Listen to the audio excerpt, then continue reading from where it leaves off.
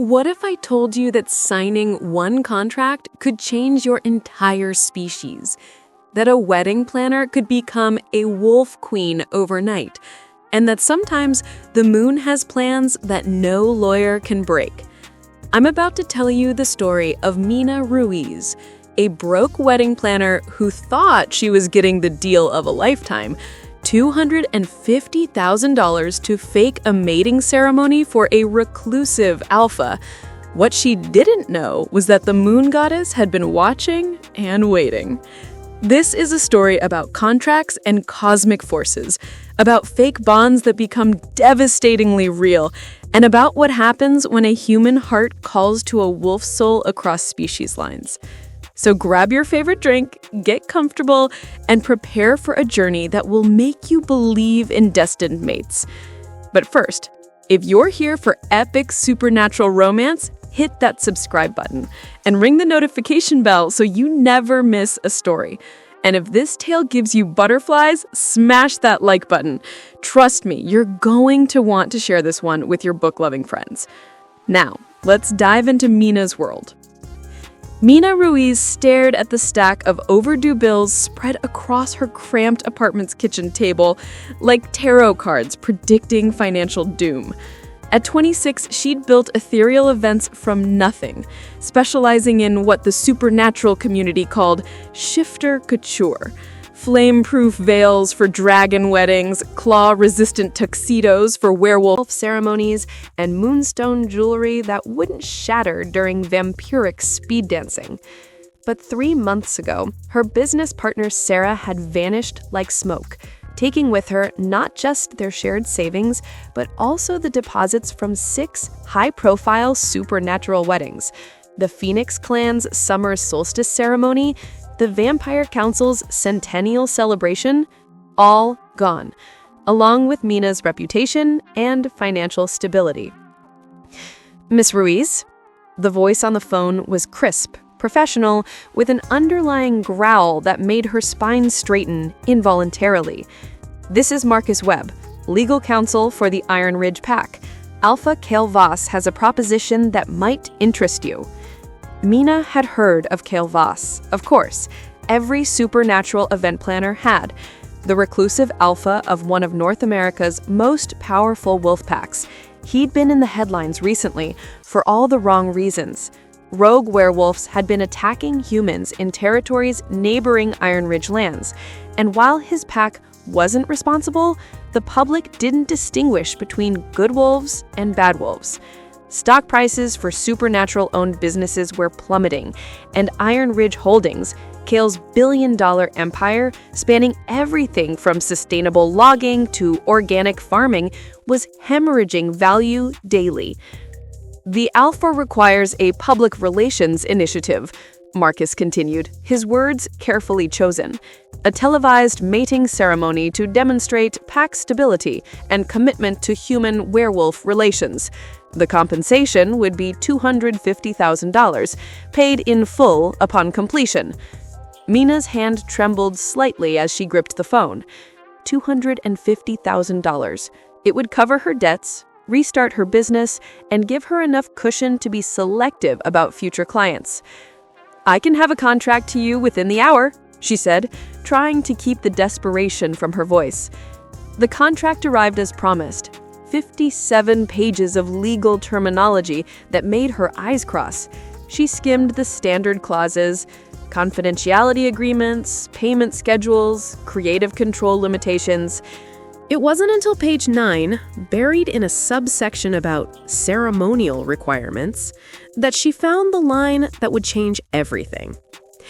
In the event that a suitable mate candidate has not been identified by the ceremony date, the contracted planner shall serve as interim ceremonial partner until such time as a permanent bond is established. Mina read it twice, then laughed. Interim ceremonial partner?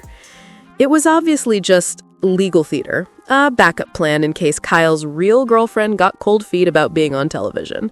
She'd probably stand at an altar for 20 minutes, exchange some fake vows for the cameras, and walk away with enough money to rebuild her life. She signed on the dotted line. What she didn't know, what she couldn't have known, was that the moon goddess had been watching the Iron Ridge pack for months, waiting for the right catalyst to appear. And sometimes the universe has a sense of humor about the contracts mortals make. Iron Ridge territory began 2 hours north of Seattle, where the interstate gave way to winding mountain roads and cell phone signals became suggestions rather than guarantees. Mina's ancient Honda wheezed up the final incline, past signs warning about wildlife crossings and speed limits enforced by Pack Patrol. The Iron Ridge compound wasn't what she'd expected. Instead of some primitive cabin setup, she found herself looking at a stunning example of sustainable architecture. Buildings that seemed to grow from the landscape itself, with solar panels glinting like scales on green roofs and floor-to-ceiling windows that brought the forest indoors. Ms. Ruiz, a woman approached, her gait predatorily graceful. "I'm Luna Torres, Pac Beta and Alpha Voss's assistant. Welcome to Iron Ridge." Luna was the kind of beauty that made fashion magazines weep. Sharp cheekbones, copper skin, and eyes the color of autumn leaves. But there was something else there too, a wildness barely contained beneath her professional exterior.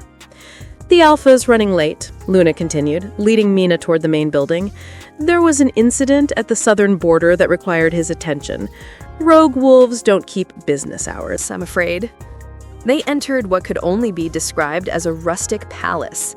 The main hall soared 3 stories high, with exposed wooden beams that looked like they'd been shaped by claws rather than tools.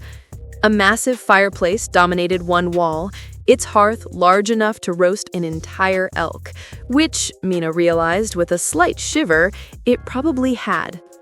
"Coffee?" Luna offered, gesturing toward a seating area arranged around the fireplace.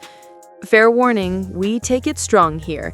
City folks sometimes need to work up to pack strength caffeine." As they settled into chairs that were probably worth more than Mina's monthly rent, Luna explained the public relations crisis in more detail. The rogue attacks had been traced to a splinter group called the Wild Hunt, werewolves who'd rejected pack structure in favor of, as Luna put it, returning to the old ways of blood and chaos. "Humans are scared," Luna said bluntly. "They're calling for legislation to restrict shifter movement, force pack registration, even mandatory GPS tracking. If we can't demonstrate that werewolves are stable, civilized, capable of lasting bonds and family structures, we're looking at a new era of supernatural segregation." "Hence the televised mating ceremony," Mina said, understanding dawning. "Exactly. The alpha bonds publicly with someone appropriate. Someone human would be ideal, actually, to show cross-species harmony, and we prove that werewolves aren't just mindless beasts driven by lunar cycles and hunting instincts." That's when he walked in. Mina had seen photos of Kyle Voss, of course, but photography was apparently incapable of capturing the raw presence of an alpha werewolf. He stood 6'5" in his human form, with shoulders broad enough to block out sunlight and ink-black hair that looked like he'd been running his fingers through it. His eyes were the deep gray of storm clouds, flecked with gold that seemed to shift and move when he was agitated. Which, judging by his expression, he currently was.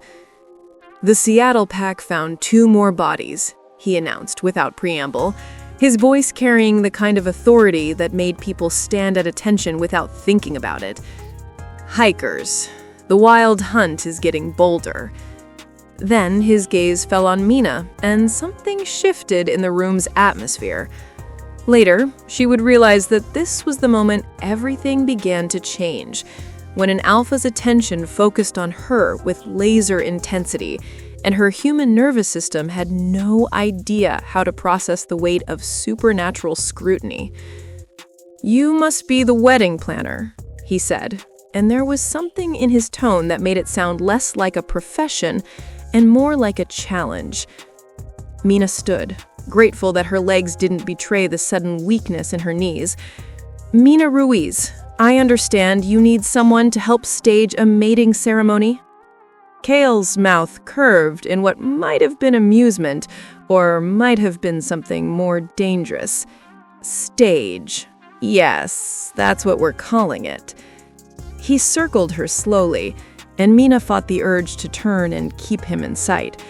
There was something deeply unsettling about having a predator at her back, even one in human form and expensive clothes. "You smell like..." He paused, nostrils flaring slightly. "Vanilla and determination, with an undertone of desperation." "Excuse me?" Heat flooded Mina's cheeks. "Werewolves have enhanced senses," Luna explained smoothly, shooting her alpha a warning look. "Kale, behave. She's here to help us." "The ceremony needs to happen in 3 weeks. Full moon. The pack elders insist on traditional timing." 3 weeks? Mina's mind raced through logistics, venue preparation, catering for beings with supernatural appetites, security that could handle both paparazzi and potential rogue wolf attacks, not to mention finding KL a suitable bride. "About your mate," she began carefully. "Do you have someone in mind, or do I need to help with that selection, too?" The look that passed between Kale and Luna was loaded with meaning Mina couldn't decipher. "That," Kale said slowly, "is still being determined." Ominous musical sting. Over the next week, Mina threw herself into planning mode with the kind of manic energy that came from having a $250,000 deadline. She'd convinced Kale to let her convert the compound's main hall for the ceremony. The natural lighting would be spectacular on camera, and the rustic elegance would appeal to both supernatural and human audiences. But planning a werewolf mating ceremony, she quickly learned, came with unique challenges. The catering needs to account for accelerated metabolisms, Luna explained during one of their planning sessions. A werewolf burns calories at roughly 3 times the rate of a human, more during high-stress situations like public ceremonies. So we're talking about feeding 100 guests who eat like competitive athletes. More like competitive athletes who can also dislocate their jaws to accommodate larger portions, Luna corrected helpfully. Then there was the security issue. The ceremony would be broadcast live on 3 major networks, which meant dealing with everything from overzealous fans to anti-supernatural protesters to potential wild hunt infiltrators. "We'll have pack warriors positioned throughout the perimeter," Kyle explained during a tense meeting with his security team. "But they'll need to stay in human form and concealed. The last thing we need is footage of armed werewolves that the media can spin as militaristic." Mina found herself drawn into these strategy sessions, her event planning experience surprisingly relevant to supernatural security concerns. She understood crowd control, camera angles, and the kind of optics that could make or break a public relations campaign. What she hadn't expected was how much she'd come to enjoy sparring with Kyle himself. "The altar setup is too formal," she argued during one late-night planning session, blueprints spread across his office desk. "It looks like a corporate merger, not a mating bond. We need something that feels organic, natural." "Natural," Kyle repeated, leaning back in his chair. "You mean like the way wolves actually mate? Because I don't think that's going to work for television." Heat flooded Mina's cheeks. "That's not what I meant." "What did you mean?" His voice had dropped to that low rumble that seemed to vibrate through her bones. They were alone in his office, the rest of the compound quiet around them. Kyle had shed his suit jacket hours ago, leaving him in a white dress shirt, with the sleeves rolled up to reveal forearms corded with muscle and marked with scars that told stories she didn't know how to read. "I meant something that reflects the emotional reality of bonding. Something that acknowledges this isn't just a business arrangement, even if that's what it is." Kale studied her with those storm gray eyes, and for a moment, Mina felt like he could see straight through to her soul. "You're very good at this," he said finally. "At event planning?" at pretending this is just business. The comment hung between them like a challenge, loaded with implications Mina wasn't ready to examine. She gathered up the blueprints with hands that only trembled slightly. "I should let you get some rest," she said. "Tomorrow's the final venue walkthrough." "Mina." Her name and his voice stopped her at the door. "Yes?" "For what it's worth, you don't smell desperate anymore." She turned to look at him, this powerful man who commanded a billion-dollar empire and the loyalty of hundreds of supernatural beings, and found him watching her with an expression she couldn't quite name. "What do I smell like now?" A slow smile spread across his face, the first genuinely warm expression she'd seen from him. "Like you belong here." The rehearsal dinner was scheduled for the night before the full moon, in a glass pavilion Cale had built on the highest point of Iron Ridge territory. The structure was an architectural marvel, a transparent dome that offered 360-degree views of the surrounding mountains, while somehow managing to feel intimate rather than exposed. "It's beautiful," Mina breathed, watching the sun set through the glass ceiling as the catering staff made final preparations below. "My mother designed it," Cale said, coming up behind her with his characteristic silent grace. "She said wolves need to see the sky, especially during ceremonies." It was one of the few personal details he'd shared, and Mina found herself curious about the woman who'd raised this complex, guarded man. "Is she coming to the ceremony?" "She died when I was 15. Rogue attack, ironically. It's part of why this whole situation with the wild hunt is so personal," Mina finished softly.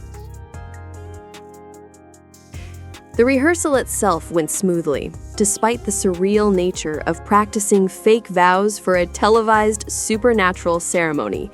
The pack members who'd gathered to observe were polite, but clearly curious about their alpha's human mate. Mina caught more than one concerned whisper about bloodlines and succession, conversations that cut off abruptly whenever she came within hearing range. It wasn't until the formal, claiming scent ceremony that things began to go sideways. "It's purely traditional," Luna had assured her earlier.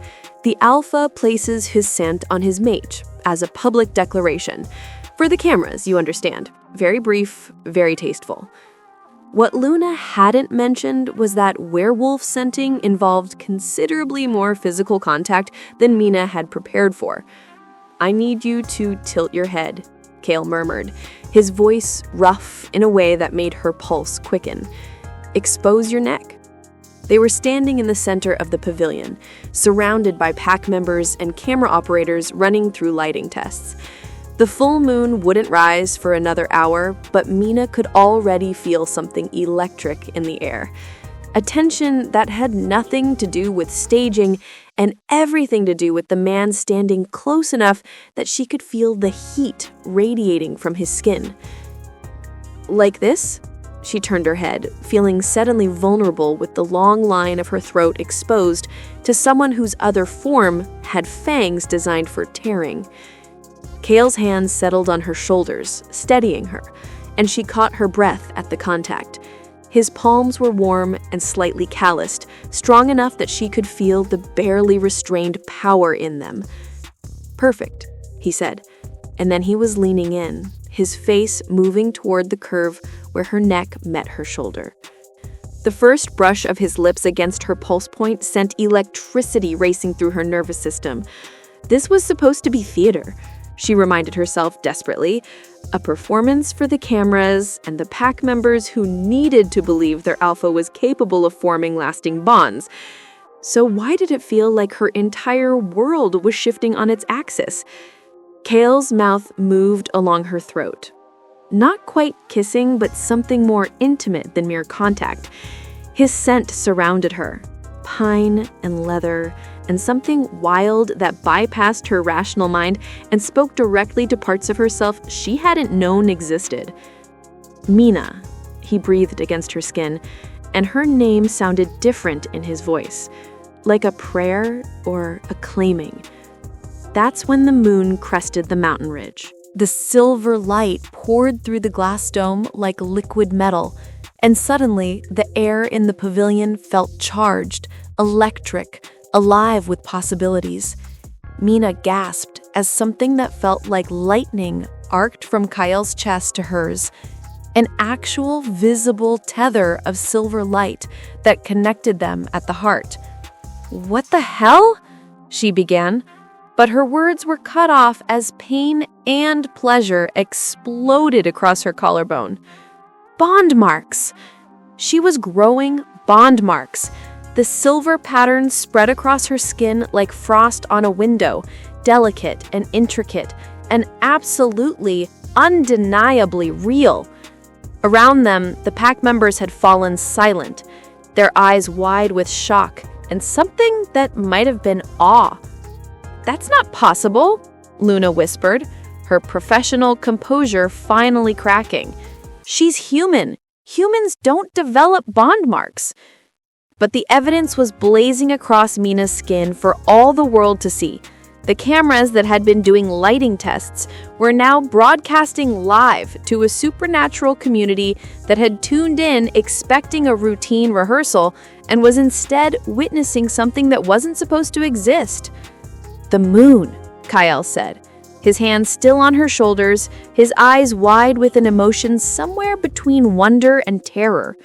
The moon chose.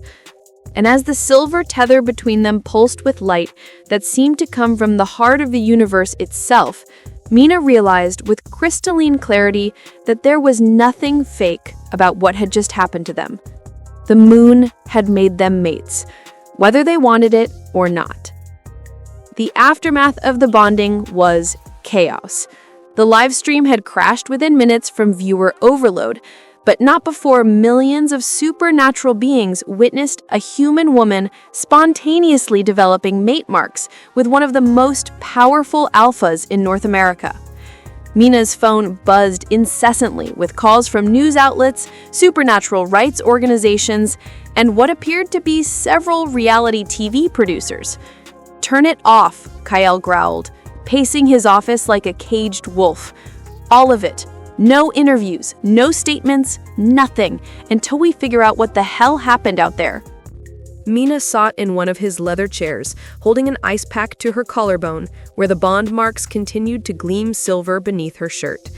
The pack physician, Dr. Sarah Chen, had examined her with the kind of professional fascination usually reserved for newly discovered species. "The marks are definitely permanent," Dr. Chen had reported. "And they're responding to Alpha Voss's emotional state. See how they pulse brighter when he's agitated?" Now, watching Kale wear a path in his office carpet, Mina could feel the truth of that observation. The marks weren't just decoration, they were a direct line to his emotional state, broadcasting his agitation through her nervous system like a supernatural mood ring. "This changes everything," Luna said from her position near the window.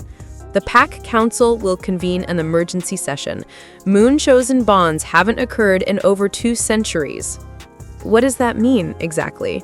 asked Mina, though she suspected she didn't want to know the answer. "It means," Kale said, finally stopping his pacing to fix her with those storm-gray eyes, "that we're mated. Truly, permanently mated, whether we chose it or not. The moon doesn't make mistakes, and it doesn't offer do-overs." The weight of it settled on her like a lead blanket. The contract she had signed seemed laughably inadequate now. What legal document could account for cosmic intervention? "How is this possible?" she whispered. "I'm human. I don't have supernatural genetics, no shifter ancestry, nothing that should make me compatible with werewolf bonding." "The moon doesn't care about genetics," Dr. Chen said gently. "True mate bonds are spiritual connections, not biological ones. The moon goddess chooses pairs based on soul compatibility, complementary strengths, the ability to bring out the best in each other." "But we barely know each other," Mina protested. Kale's laugh was bitter. "Don't we? You've been planning the most important ceremony of my life for 2 weeks. You've seen me at my worst, stressed, angry, dealing with threats to my pack.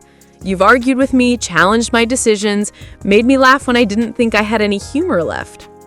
It was true, she realized. In the intense pressure cooker of planning this event, they'd gotten to know each other in ways that might take months under normal circumstances. She'd seen his protective instincts with his pack, his strategic mind under pressure, his dry humor that emerged when he forgot to maintain his alpha facade. And, he continued, his voice dropping to that low rumble that seemed to vibrate through her bones, you're the first person in years who hasn't wanted something from me. Not my money, not my protection, not my pack connections. You wanted to do good work and get paid for it. Do you have any idea how rare that is? So, what happens now? She asked. The Pack Council meets tomorrow, Luna said. They'll want to verify the bond, examine the circumstances, determine what this means for Pack law and succession. And if they don't approve, Mina's voice was smaller than she'd intended. They don't have a choice, Kale said flatly. Moon bonds supersede Pack law, human law, every other authority.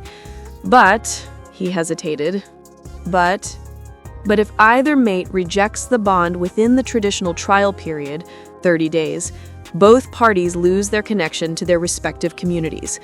I'd be stripped of my alpha status. You'd lose your ability to form any future supernatural connections. Essentially, Dr. Chen added, you'd both become outcasts, neither fully human nor part of the supernatural world. Mina stared at her hands, at the faint silver lines that now decorated her skin like intricate tattoos. 30 days to decide whether to accept a mate bond with a man she'd known for 2 weeks or lose everything they'd both worked to build. I need time to think, she said finally. Mina. Kale's voice stopped her at the door. For what it's worth, I never wanted this either. But the moon... He trailed off. What about the moon? He looked at her with an expression so raw it made her chest ache. The moon doesn't feel like a punishment anymore. And as she walked out of his office, the bond marks pulsing gently against her skin, Mina realized that somewhere in the chaos of the last 2 weeks, she'd started falling for the growly, protective, surprisingly gentle man who had just had his entire life turned upside down by the same cosmic force that had rearranged hers. The question was that enough to build a life on? 30 days later, Mina stood in the same glass pavilion where their lives had changed, watching another full moon rise over Iron Ridge territory. The intervening weeks had been a whirlwind of pack politics, media attention, and the strangest courtship in supernatural history. Kale had given her space, respected her need to process, never pressured her for a decision, but he'd also shown her what life as his maid could look like. Pack dinners where his family welcomed her with warmth, quiet evenings in his study where they planned not just ceremonies but futures, moments of laughter and connection that felt as natural as breathing. Nervous? He asked, joining her at the pavilion's center. Terrified, she admitted. You? Same. The Pack Council waited in respectful silence around the pavilion's perimeter. This was their choice to make, but it would affect the entire Iron Ridge community. Mina Ruiz, Kale said, formally, his voice carrying clearly in the night air. Do you accept the moon's choice? Will you be my mate, my partner, my equal in all things? She looked at him, this powerful, complicated man who'd shown her gentleness and strength in equal measure, at the pack members who'd welcomed her as family, at the silver marks on her skin that pulsed with warmth and belonging. Kale Voss, I accept the moon's wisdom. I choose you, and this life, and whatever adventures come next. The bond marks blazed silver as he kissed her, and this time, when the moon's light connected them, it felt like coming home. And that's how a wedding planner became a wolf queen, proving that sometimes the best love stories are the ones the universe writes for us. If this tale of fated mates and moon magic made your heart race, smash that like button and let me know in the comments, do you believe in destined love, or do we make our own fate? Don't forget to subscribe and hit that notification bell for more supernatural romance stories that will keep you up all night. And share this with anyone who needs a reminder that love finds us in the most unexpected ways. What story should I tell next? Let me know in the comments below. Until next time, keep believing in magic and remember, sometimes the moon knows what we need before we do.